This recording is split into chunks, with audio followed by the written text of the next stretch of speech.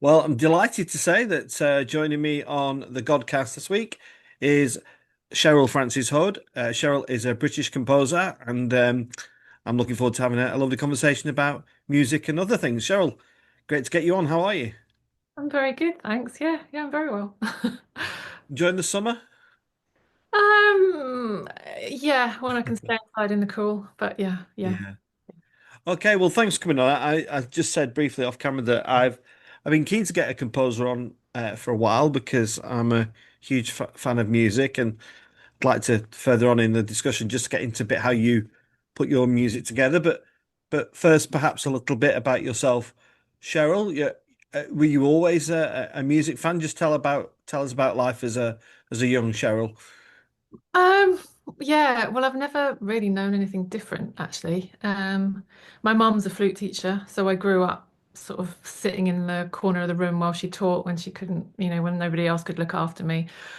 So I don't remember not doing it. I don't remember not reading music. And yeah, she thought that I might be have there might be something in it for music for me when apparently I'd used to, I mean, this is awful, but when I was little, when she would do oral exercises with her students, I would sing them back first, when I was a sort of toddler. So she really encouraged me. I learnt the recorder, the flute, and then the cello. And then when I was 8, I went to a specialist music school. So I've never known anything different. Yeah. Yeah, been a complete way of life for you. Yeah. Um, I mean, the amazing thing for me about music now is that it's broadening my life in ways that I would have never imagined. I've just written a piece about plant biology for the 25th anniversary of the Gregor Mendel Institute. And having gone to a music school and done 6 GCSEs and 2 A levels, a lot of which were music. Um, I gave up science when I was 12 or 13. So I didn't even do GCSE. But then last November, I was out in the Gregor Mendel Institute being told about this cutting edge research by these biologists. And it's just amazing how music is broadening my life in the end. Yeah. Yeah. I want to come back to that in a few minutes, but can you recall as a child the kind of the pieces of music that were inspirational to you, even as a young child? When I was a kid growing up, classical music wise, I remember a song that was in the charts by Ennio Morricone, Key Mai, and it stuck with me, and it's a song I still love to this day. Was there Yeah, similarities for you? yeah. Morricone is great. I mean, so I started playing very young. The earliest I remember a piece by Benjamin Britten that I played when I was 8 called Tema Sacher, and it was a really short 1 minute piece that had been written in honor of the conductor Paul Sacher, and it translated the letters of Sacher's name into music. And I remember playing. It was quite a crazy piece, and it was really difficult for me. But I really remember clearly having this kind of light bulb moment that, oh my goodness, people who he wasn't alive. Benjamin Britten was dead by then, but people who are alive recently write music, and I can write music and all that kind of stuff. A lot of other stuff. I got off the telly actually.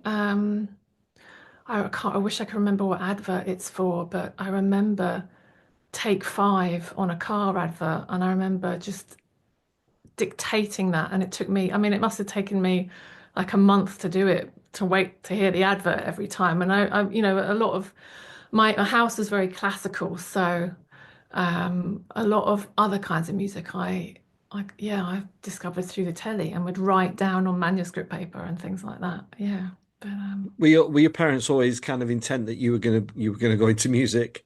Was there ever any teenage angst or kickback, or was it always kind of no? Yeah, I'm going with this. no, I think. I mean, my mum's, well, yeah, my mum said that I think my mum would have to persuade me to stop practicing. I mean, it's crazy to think about it, actually.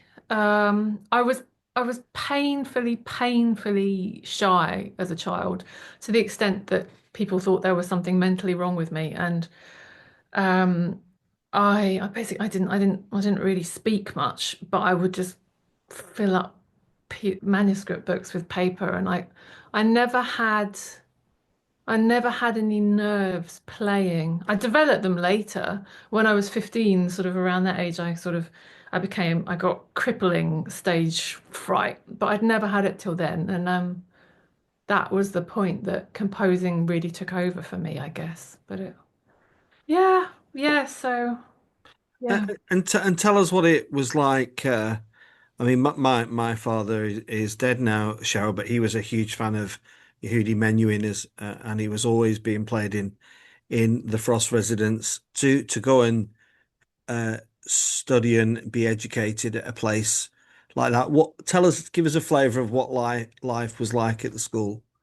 Yeah, so when I went there, there were, I think, 38 kids from all over the world from 8 to 18. There was only me, Caroline, and Hannah who were 8, and then the other people seemed really old to me. They were like 11 or something. Um, we'd get up and do an hour's practice at 8 a.m.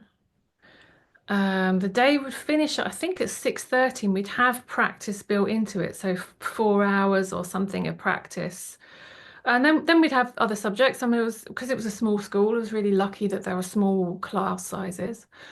Um, but I had 2 hours of cello lessons a week. That's what I wanted to be when I was younger. I wanted to be a cellist. So I had 2 hours of my first study. I had an hour of composition in a group, and I had, I think, half hour of piano a week. Um, yeah, I mean, it's, it's a weird thing going away when you're 8, I think, from home. I have this very strong memory of it was like a family when there were 38 kids there. I have this very strong memory of on a Sunday night when my mother was driving 2 hours back home. She would come for the first year, she'd get me every weekend. So she'd drive 2 hours there, 2 hours back on a Saturday and do the same on a Sunday in this kind of knackered old metro. Um, and I remember the other students like throwing a ball on the field for me to sort of distract me, when I was. So I found it really hard to begin with. But I mean, for me, the main thing is that in those days it was grant maintained. So the first few years, I think, did not cost me anything because of my family income, and yet I had this education that money just couldn't buy. I mean, it was cheaper than feeding me at home, except maybe for the petrol, maybe, I guess. Um, so it just gave me opportunities that I could have never have dreamed of any other way, and now I look back on that. Now it's worked out for me. I think all the things that I lost out on and I've possibly had to try and sort of rectify in my brain, have been worth it, you know. Mm. I think for people for whom it's not, yeah, it's an interesting yeah. Was it a competitive environment in any way? I mean, when you've got these proteges from across the world who have clearly got a talent, otherwise they wouldn't be there. Was that competitive nature good for you, or was it detrimental in any way? Um, yeah, it was incredibly competitive, and we would sort of compete to who could practice the most at the weekends. I mean, it's kind of like, um, I think, I think, I don't know, I was like a fat ginger kid who was into music. So I mean, like, God knows what my life would have been like if I'd have been in a normal school, right? So, um, I think I would have been. I think I would have been. I don't know. It's a difficult. I think it was all worth it, basically. I think probably was very detrimental in some ways, And I'm only feeling. I mean, I'm 44 now, and I only kind of feel that I've sort of shed some of the negative things about it now. But I guess that's very telling of my psyche, right? That I kind of, because it was all means to an end, and now I'm doing what I want to do in my profession, that it's Yeah. worth it, right? Um, yeah, yeah. And you mentioned the cello there for anybody who's interested in the cello. Steve Aniselis has been a recent guest on the Godcast as well, so do check that out. But did you find I suppose what I want to ask is when did you feel the move from being I nearly said just being a musician, I don't mean that disparagingly, but from being a musician to a composer, did that happen at the school or was that something that evolved later? No, so I think again, I can't remember not writing music. I would sort of, noodle around and try and write things out from when I was really tiny. Um, the great thing about school was that I could write for my friends. So I wrote a string orchestral piece when I was 8. And yeah, it was a very hard lesson because in the days when you would copy everything out by hand, I'd miscopied some bars rest. Um, and the conductor said, "Sorry, we can't do this," and just threw it out. So, and my mother had come down to hear this rehearsal, and he was quite sort of mercurial, and so that was a good lesson. Um, but when I was 14, I entered the BBC Young Composer of the Year, and I wrote a cello concertino, and it got selected. And so when I was 15, the BBC Philharmonic performed this work, and I do remember. I can remember it like it was yesterday, being in front of this um, orchestra and thinking, "That's it. That's the moment." And yeah, it's kind of really it sends tingles down my spine even now. I Yeah, the only thing I can relate to, I used to write stand-up comedy, and I wrote some for I'll not say the person's name, but it was a famous comedian, and I went to see him perform some of my material at a packed theatre in Manchester, and I remember as it moved to my bit, it was like wow, Yeah, yeah, and as you say, it's like wow, this is just wonderful, and nobody in the room knew who I was, and but for yeah, me, it was a really special moment. yeah, yeah, yeah, yeah, yeah.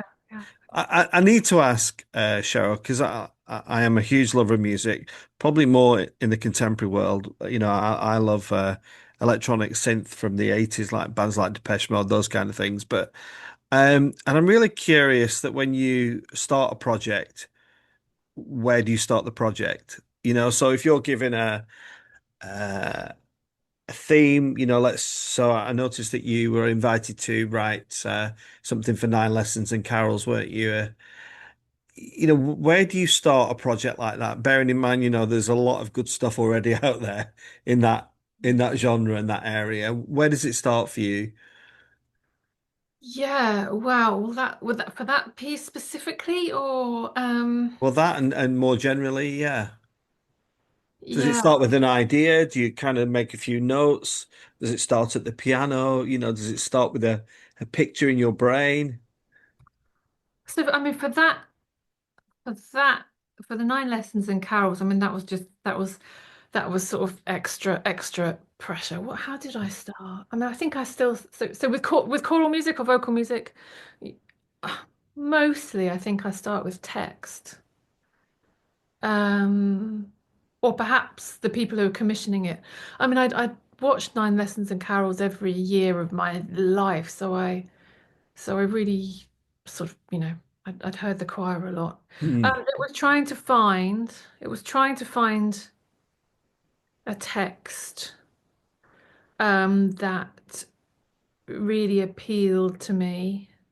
There are all so many other things at play with that particular commission because I mean I'd be lying to say if I said I didn't want to write something that would sort of be popular, and I also looked at the sort of previous year's carols, and also I've written a lot of Christmas carols, and I realized I hadn't really written the slow one, so there's all this kind of like slightly sort of strategic stuff going on as well. But the text, um, I did many versions of that carol because I wanted to write something as simple as I could. I mean, I think it probably didn't turn out as, I don't know whether it's other people's idea of simple, but I wanted to distill something down to something as simple and as beautiful as I could in that instance. And I did a lot of I asked a lot of questions of the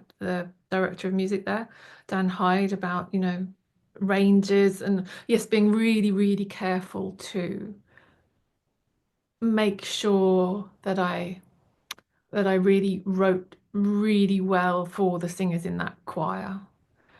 Um, but usually it's sort of usually if it's involving a singer, it will involve a text. Perhaps it will relate to what's already in the program. So I'm setting this medieval medical recipe at the moment for a singer, and the rest of the program is sort of fairy tales and things like that, and legends. So I wanted to find something sort of the same but a bit different. Um, with instrumental pieces, it will often be a landscape or a painting or a poem. I tend to sort of store things up in my brain. If I see something that I find inspiring and I think, aha, that will be something, that will be something in the future. And then I noodle around on the piano, basically. I was going to ask, where does it begin with Yeah, an instrument? Usually at the piano. yeah. Yeah. But But as you build that, Cheryl, I mean, I'm, I live in a certain world. Somebody like Gary Barlow, who's composing a pop song. yeah, He jumps on the piano, doesn't he, and writes a million love songs or whatever it is.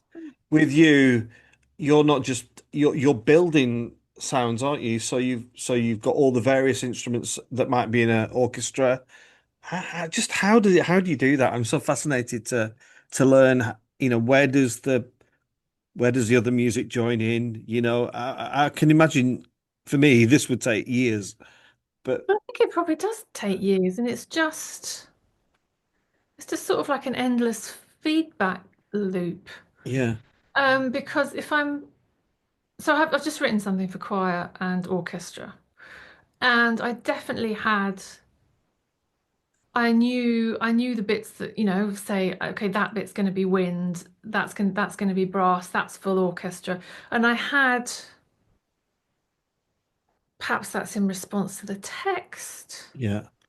But I was also playing it on the piano, but so I've got this sort of endless loop going on, saying, I am playing the piano, but this is actually playing another instrument, so I have to think idiomatically for that instrument. I think I think it just takes I think it just takes a lot of time, and you just gradually build these sounds up in your ear. You gradually learn what works well on certain instruments. There's a lot of stuff you can get out of a book, I mean, and I still have to go to my orchestration books and check low notes and high notes, and I'm still learning so much all the time, actually. Um, yeah, it's just a really Is sort of it? Is laborious it? process. Well, I was about to ask, is it fun?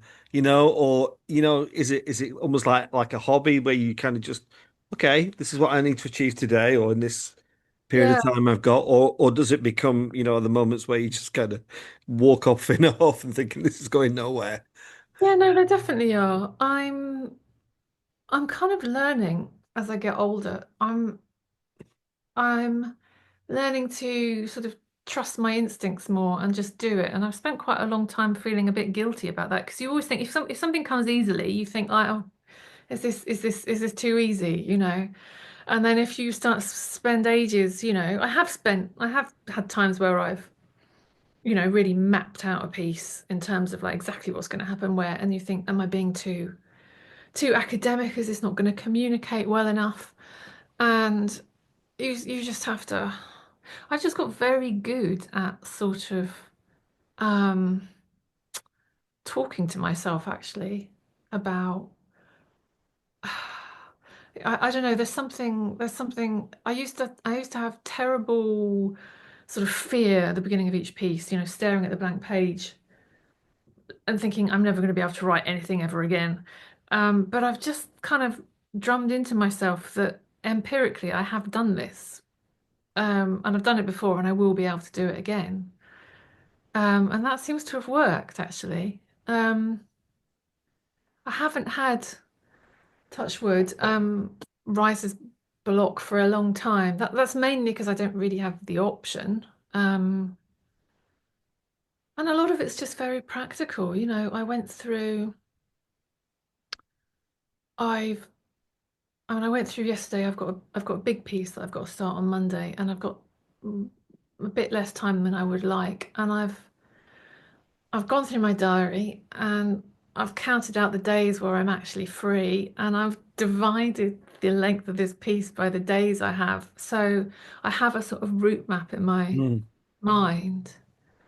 Um, and I've forgotten what you actually asked now. Well, it was all about the composition, really. But what about uh, is there a spiritual side to this, Cheryl, for you? Is there the moments where you're, let's say, in the zone and Hmm. you've put something down, and you've thought, I'm very feel very blessed that I've had a book published, and I love writing. The idea that you sit at a computer and you write things that weren't there in the morning, and sometimes it's great and sometimes it's not so great.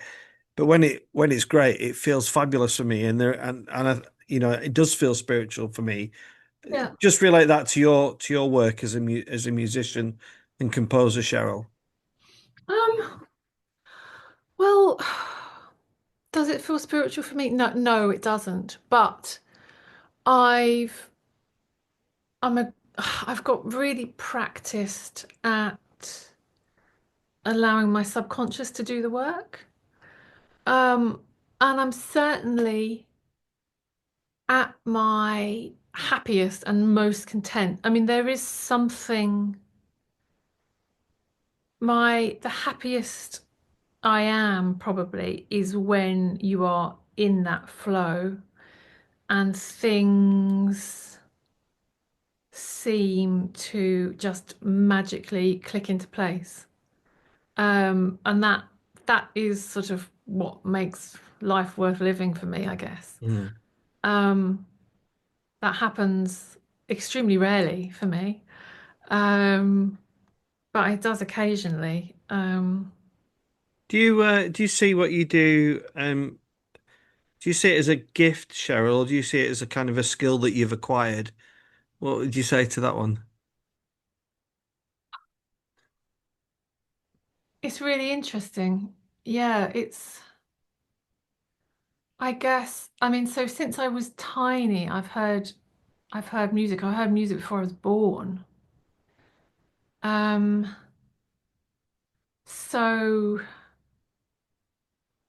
I don't know. It feels really pompous to sort of,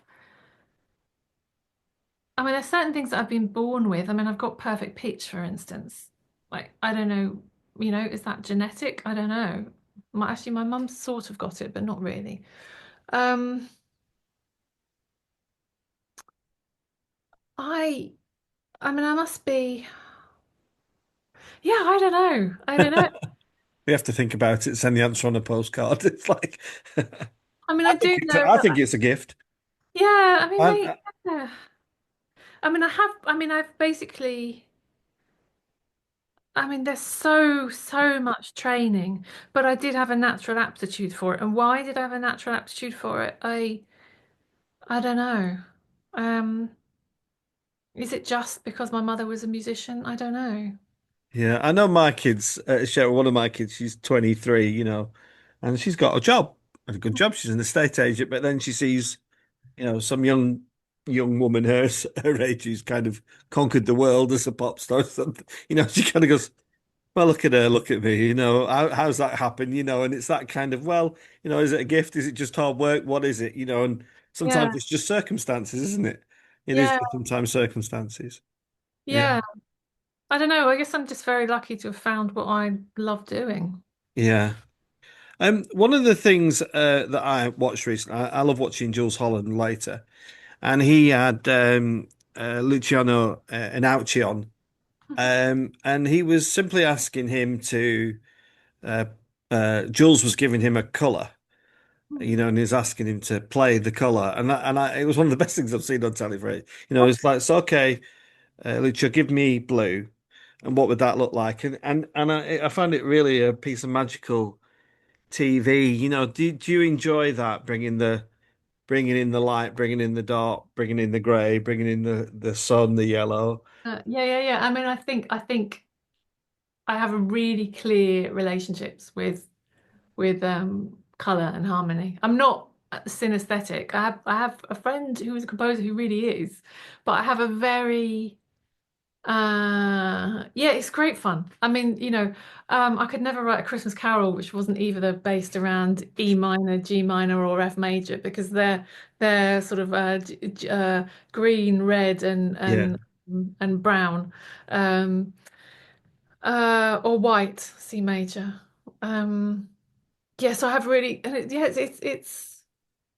Oh, I sometimes feel like a bit of a cheat, because I'm writing a piece about. Um, There's this bit in the piece that I've just written for choir and orchestra where the words talk about the sunrise, and it's just so obvious to me that that should either be an F sharp major or A major or a mix of the two. And I think, goodness, am I copping out somehow here? But then I don't know. Yeah, yeah, yeah. But that is a. I want to ask you, do you think there's still a lot of music to be discovered, which is in many ways a silly question because of course there is, but you know, people have been playing the piano for centuries, haven't they? And people have been playing the guitar and the drums. What is the kind of is there a holy grail yet to be discovered, do you think, in your career or in terms of music? I go back and forth. I mean, what I love about my career is that I've got a great deal of variety. So. Um, I wrote a string quartet at the beginning of the year, which was my ivory tower piece. It's me trying to was I trying to be original? I'm not sure as I was actually, but I mean it's me trying to really write me, and I had no restrictions on the players are fantastic. I could write as long as a short piece as I wanted. Um, and then this choir and orchestra piece, a completely different thing. It's for the 20th anniversary of the Royal Scottish National Orchestra's Changed Voices Choir. So it's for boys between 12 and 18 boys are whose voices are changing. So not only do they have a narrow range, but they have an ever-changing range. And this piece is really, the poem was written by Kate Wakeling, was written specially for them about things they wanted to say. And the music was entirely, of course I try and put myself into it, but it's mostly in service of them. It's a giving them something that they will really enjoy singing, that will stretch them in some ways, but not be too difficult that they won't like it. And my main focus is them rather than me making my statement. And then I get to write pieces for, professional choirs and amateur choirs and for kids. And I really like um, the mixture of trying to do all these different things, and I think I'd be bored if I was just trying to write great masterworks all the time. Mm. No, I love feeling um, useful. Do I think, I sometimes feel guilty that I'm not always striving to be original. I sometimes feel I'm a bit old hat and a bit, um, but I went to this conference about a month ago, and the film composer David Arnold was there, and he just gave this amazing talk. And he said, "The thing I like doing is I like writing music, and so that's what I do, and it makes me happy."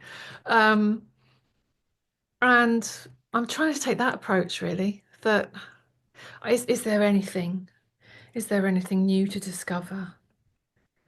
Um, I mean, I feel as time goes on, I think of composing as like distillation. I really want to, like, if I want to sort of pack an emotional punch, I kind of want to distill it ever more. So, is there something extra I can do with that harmony or that rhythm, or um, and can I improve my craft? Like when you're doing various things, it's like, I guess it's like anything. It's like exercise. If you do one kind of exercise all the time, the muscles that you're not using get flabby, right? And you have to, it's like if you're if I'm writing a whole load of short songs, does my ability to write a half-hour piece with a really coherent structure, Mhm. I need to sort of swat up on that. And um, I feel I've been writing a bit too much too continuously recently, and I do worry that I'm just on sort of autopilot a bit. But on the other hand, that's a good thing, right? I mean, one can navel gaze too much, I think. So I spent so much of my life being so neurotic, that I'm really trying really hard to think, okay, it's going all right. Just Mm. carry on. As long as I'm happy with what I'm doing, and most importantly, performers are happy with what I'm doing, then I just really try and sort of talk to myself and I yeah, think not worry about any of that stuff, I guess. Yeah. no. Well, a good philosophy, I think. Yeah. Cheryl, I've loved chatting. I love talking about music. Is there, in your, in a historical world full of great composers, is there one at the pinnacle for you as a final question? Um, yeah, I think it would predictably, I think it would be Bach. I think. Um, Anybody else? Why Bach? It's just it's just so often so technically perfect and so moving. Um, and so inventive. That's the reason that I love Benjamin Britten, actually. I think that for me, I don't know whether he'd be the composer I would pick if I had only one composer in the whole of the world. I think it would be Bach. Um, but that mixture of craft, that mixture of craft, emotion, um, yeah, yeah. That's sort of all I aspire to do, really. Fabulous. Well, Cheryl, thank you so much for coming on. I hope people have enjoyed listening to this conversation. If you have, there are lots of musicians from all walks of life, from drummers to violinists, rock stars, everybody. So, Cheryl, thanks for coming on, and hope you've enjoyed it as well. Yeah, thank you very much. It's been great. Thank you for asking me.